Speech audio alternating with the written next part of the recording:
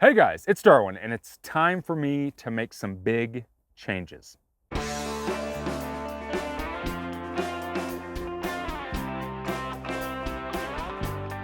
All right, so if you're like me, you probably had your entire hiking and traveling season for this spring put on hold due to the whole pandemic thing, which sucks. Sucks we all can't be out on the trail, that we can't be through hiking, that we can't be traveling around the country or maybe around the world.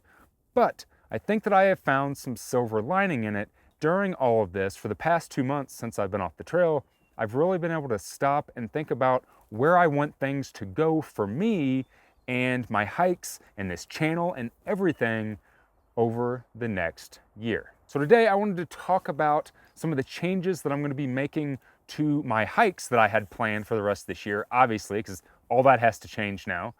Some gear, which I'm sure most of you are here for anyways. I am making some changes to some gear that I took out on the trail and hopefully that I'll be able to take out on the trail for the rest of the year.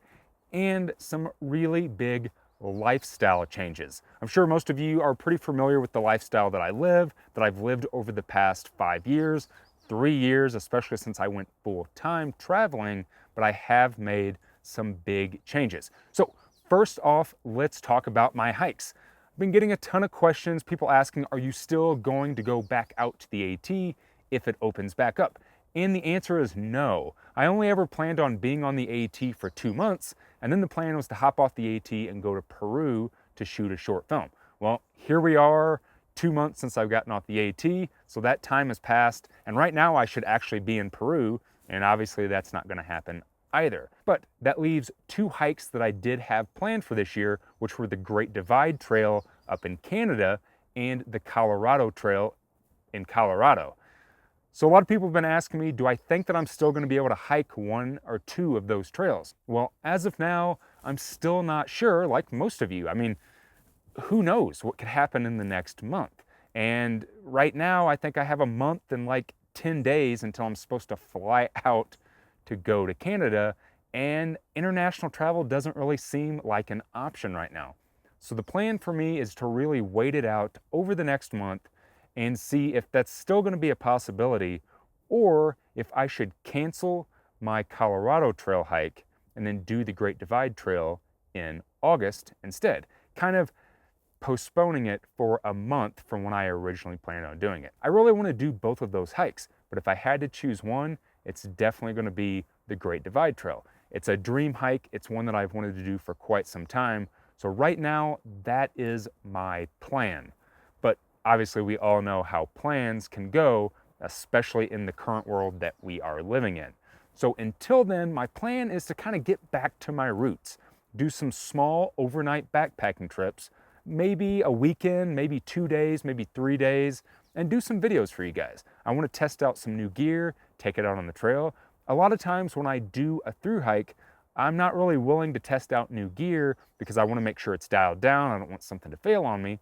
But doing an overnight, doing a couple nights out on the trail locally really helps me test out new stuff. So if it does fail, I'm not stuck out there for weeks on end, months on end. So that is the plan going forward. Next up, let's talk about the reason that most of you are probably here anyways, unfortunately, and that is gear. What changes am I going to be making to my gear? Well, if you watched my gear list and then my gear packing video where I showed you kind of how I pack my pack, I've been pretty happy with the setup that I decided to go out with. Now, obviously, I was only on the AT for 8 days total, but in those 8 days, a lot can happen. I experienced a lot of different weather. It was chilly, it got kind of warm, it rained a lot, so a lot of things were wet. So I was really able to kind of figure out what worked for me and what didn't. And I gotta say, I've been pretty happy with what I've used. Both my pack, the Waymark Evolve that I took out for the first time on a hike, worked out great, and I will be doing a review of that soon. And the tent that everybody keeps asking me about, which is my Z-Packs Ultiplex.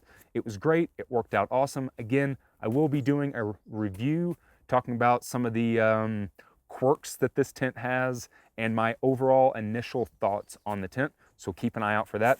But there was really only one thing that I wanted to change going forward. So if I go up and do the Great Divide Trail, if I do the Colorado Trail, I do want to change one main thing, and that is my rain gear. So first off, you guys might know that this year I basically took out rain pants for the first time ever. I've never been a big rain pants person, but I did take out the Z-Packs Virtus rain pants. Well, in those 8 days, it rained a ton on me. In the morning, at night, during the day, all the time it rained on me, and I never used these, not one time. So going forward, I think that I'm done. You know, for years I said I didn't want to use rain pants.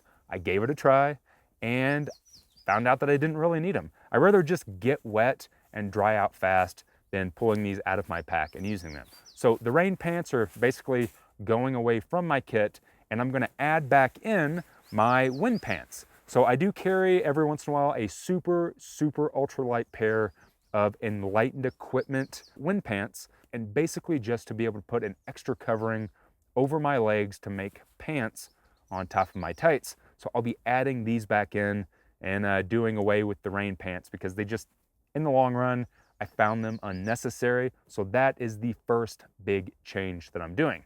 The second change that I'm going to be making to my gear list is my rain jacket. For the past 3 years, 2 going on 3 years, I have used the Z-Packs Virtus rain jacket. This is actually my second version.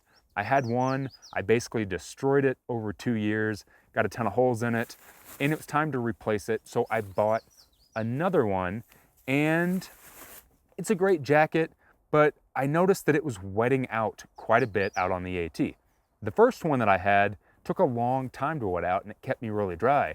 This time, the second version that I had didn't really keep me as dry as I wanted it to. Plus, I just feel like it's time to try something new. So I'm gonna be ditching my Virtus rain jacket for the rest of this year. And instead, I'm replacing it with, it's gonna look like I'm pulling up the exact same jacket. But this is the Enlightened Equipment Visp jacket. Now, I had tried a prototype of this last year, didn't really dig it because of the cut, because it didn't have pit zips, and they changed that. They made it a longer cut, they added pit zips, so I recently bought one of these, had this custom made for me, and now the fit is perfect for me. It's much longer in the back, it fits over my Torrid thermal jacket, and it has pit zips. It's a little bit lighter, so I'm gonna be testing this out and using this on the trail versus the Virtus, and I will be doing a video kind of comparing those two jackets, plus maybe a budget option, just because I think that those are kind of the most competitive jackets against each other, the Visp versus the Virtus. So keep an eye out for that. And that basically takes care of the whole gear thing. The last change that I want to talk about is my lifestyle. Almost 3 years ago now, I made a video called How I Afford My Lifestyle. At the time, the channel had 50,000 subscribers, which was crazy to me. And I know that because when I shot that video, I took a photo for my Instagram that said 50,000 on it. And today, I believe when this video comes out, I now have 250,000 of you that have been following along on my adventures and what I have to say and everything that I've been doing. And one, I want to say thank you guys so much for supporting me, for following along on this channel. It still blows my mind that people care that much to watch me talk about gear and watch me go out and hike and live out of a van and do all that stuff. It blows me away, and thank you guys so much for your support. Over those 3 years, there's been a lot of changes for me. At the time of that video, we were living out of a 5x8 cargo trailer on a bunch of public lands, and we ended up buying a van. I converted that. We lived out of that for basically 2 years, traveled around a lot. I have since done a ton of different through hikes, smaller hikes, traveled overseas. I've made a film last year. I started a media company last year, and my life has definitely changed. You know, 3 years ago, I was all about traveling full time, living out of a van all the time and not stopping.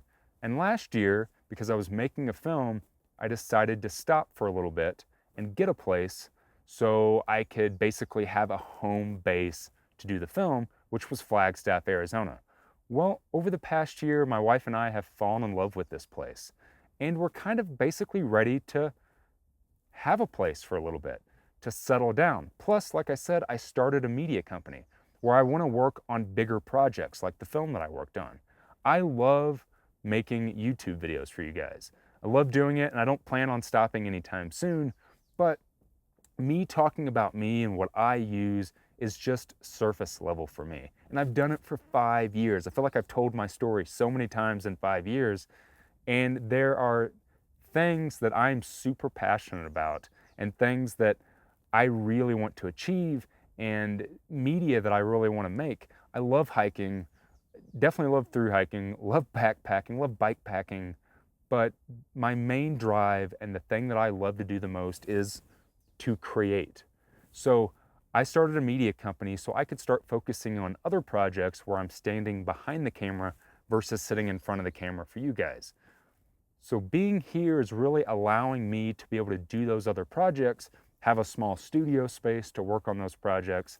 So that is a massive change that I did want to tell you guys about, that I've really decided on over this past year and really over the past 2 months that I've been off the trail, is that I'm kind of ready to stay in one spot.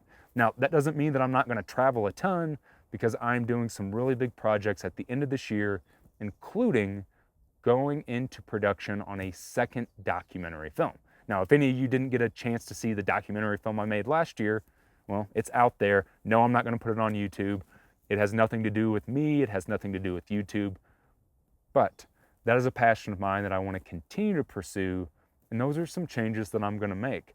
Again, I love making videos. I love putting them here on the channel, and I'll continue to do that. But there's other creative ventures that I want to go on. There's other things that I want to pursue, and that's what I'm going to do. All right, guys, so that's it. This video is basically just an opportunity for me to get some stuff off my chest and tell you about some changes that I'm going to be making over this next year. If you're interested in any of those other projects that I'm talking about, the films that I've been working on, articles, helping to protect and preserve public lands, giving back to trail associations, if you're interested in any of that, you should definitely check out my website, theoutdoorevolution.com, and that'll basically do it for me in this video. If you found any value in this video, go ahead and hit that like button, subscribe to my channel if you haven't already, and as always, guys, thanks for watching.